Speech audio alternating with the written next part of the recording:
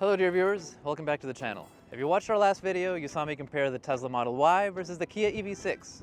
And some of you thought that perhaps I was a little harsh on the Model 3 and I was maybe biased against Tesla. So we're here in Dubai today and I just want to say, I'm sorry. I'm gonna do it all over again. Just kidding, we're not in Dubai, that'd be expensive. We're in Irvine's Great Park and we're here to talk about great cars, including the Tesla Model Y. I'm not totally biased against Tesla and I want to talk to you about that, but it's really hot out, so I think we should hop into the AC. While I'm here though, I want to talk to some of you that told me to open the handle with my right hand. Here we are, I'm gonna open it with my right hand and I'm running into the exact same issue. Hop in. As I was saying, I'm not totally biased against Tesla, I'm just a real human with real preferences and opinions. I don't think that bell peppers should exist, and I do like pineapple on my pizza. Obviously, Tesla sells a bunch of these every day for good reason. However, I think that there are other options that could suit you a little bit better. In-N-Out sells 1,000 burgers per location every day, and there are other tasty alternatives without a 20-minute wait in the drive-thru. Try to be a little bit more fair with this review, but remember, I'm just one dude on the internet, so take my opinion and take the opinion of everybody in the comments too to form your own. To be honest, this feels a little bit better than the Model 3. You sit a little bit more upright, and though I feel like I'm still sitting on marshmallows, the overall position feels a little bit more ergonomic. My biggest complaint right now is that it's 93 degrees outside, and I'm maxing out the AC, but it's still hot in here because of this coverless sunroof. It's negating all of the power that this thing is using to cool the cabin down.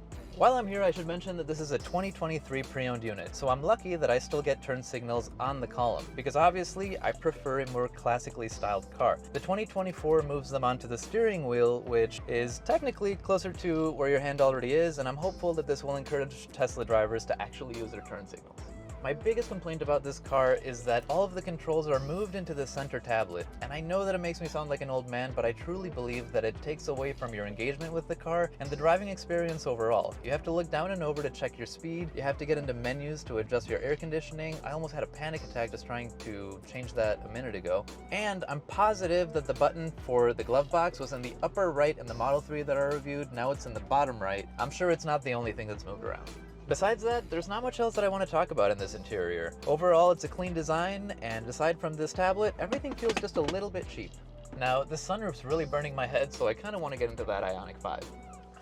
Way more comfortable in here off the bat.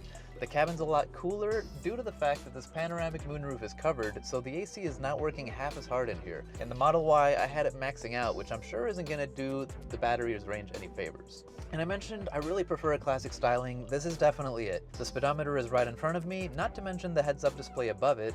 Infotainment screen is not as intrusive. I have a real door handle to open the door with. You've got real buttons for the air conditioning, and yes, you do have to put your foot on the brake and hit the start button to start the car, but that's what I'm used to. It's what came on my internal combustion engine vehicle and any other car that I've driven before it. So if the Tesla Model Y is your first car, I'm sure that it's a great experience, but if you're my age or older, you might need your memory flash to have a good time. I also want to mention that this seat is a lot more comfortable than it is in the Model Y. You can get into a totally relaxed position. There's actually a little ottoman supporting my calves, so if I'm waiting for this thing to charge, this is definitely it. These turn signals will probably never leave the column. Worth mentioning, you still get that blind spot camera just like you had in the Model Y. You've got paddle shifters to adjust your regenerative braking level, and a drive mode button right on the steering wheel so you can change between eco, normal, and sport. Speaking of classic styling, the transmission selector of the Model Y is right on the column on the same stalk where you would adjust your windshield wipers. In the IONIQ 5 on its separate stalk, just like it was in my grandpa's car. But this opens up the center console, which gives you a lot more space, and I gotta say, you get a lot more storage here compared to the Model Y. Climate controls can come up on your infotainment screen if you really want them to, but they get their own adjustments down here, so you don't have to mess with that at all. And you get a real latch for your glove box. Pretty straightforward. Now to talk about the exterior, Tesla fanboys, here's your moment. I'm actually going to give the Model Y a few wins. Admittedly, the IONIQ 5 has very polarizing design, and while I have to appreciate that Hyundai dared to be different and look like nothing else on the road, this is actually not my favorite. The Model Y, although I'm tired of seeing it every minute of every hour of every day, I have to admit is a beautiful car. The IONIQ 5's design is very bold, and it takes some of these creases from the Elantra to the next level. It truly rebuilds the brand, and I gotta give Hyundai props for that. Down to these wheels, I have to give Hyundai more points because with electric cars, you really have to choose something very aerodynamic. And with this design, they accomplished that while offering you something unique while hinting at classic styling. Looking at Tesla's wheels, we didn't get hubcaps this time. We've got real alloys, and I gotta say, this is probably my favorite design to come out of their factory. Sort of looks like a turbine, and they look really sharp in matte black. Moving on to rear storage, another W for the Model Y. Tesla's put a ton of space in here. The trunk's actually a little bit deeper than it is in the IONIQ 5, and you've got a lot more storage under the floor. I mean, take a look at this. You can almost fit a whole me in here. And you've got more storage behind it where you can keep your charger or other little things, in addition to these deep side cubbies. Oh, and the tailgate test is probably the best one yet. Boy, I hate admitting that.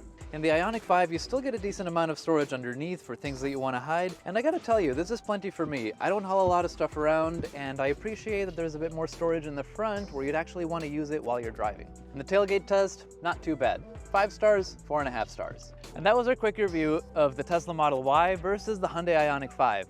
Quick thank you to Mission Viejo Kia for letting us borrow this Model Y, and to Tustin Hyundai for letting us borrow this IONIQ 5. If you're in the market for a new or used car, we'll be happy to take great care of you at either location. And I gotta say, this is a very close call for me. The Model Y does have a lot of pros, but when it comes to driving the car and being in it, the IONIQ 5 has to take the win from me. It's really hot out. Let's get some ice cream.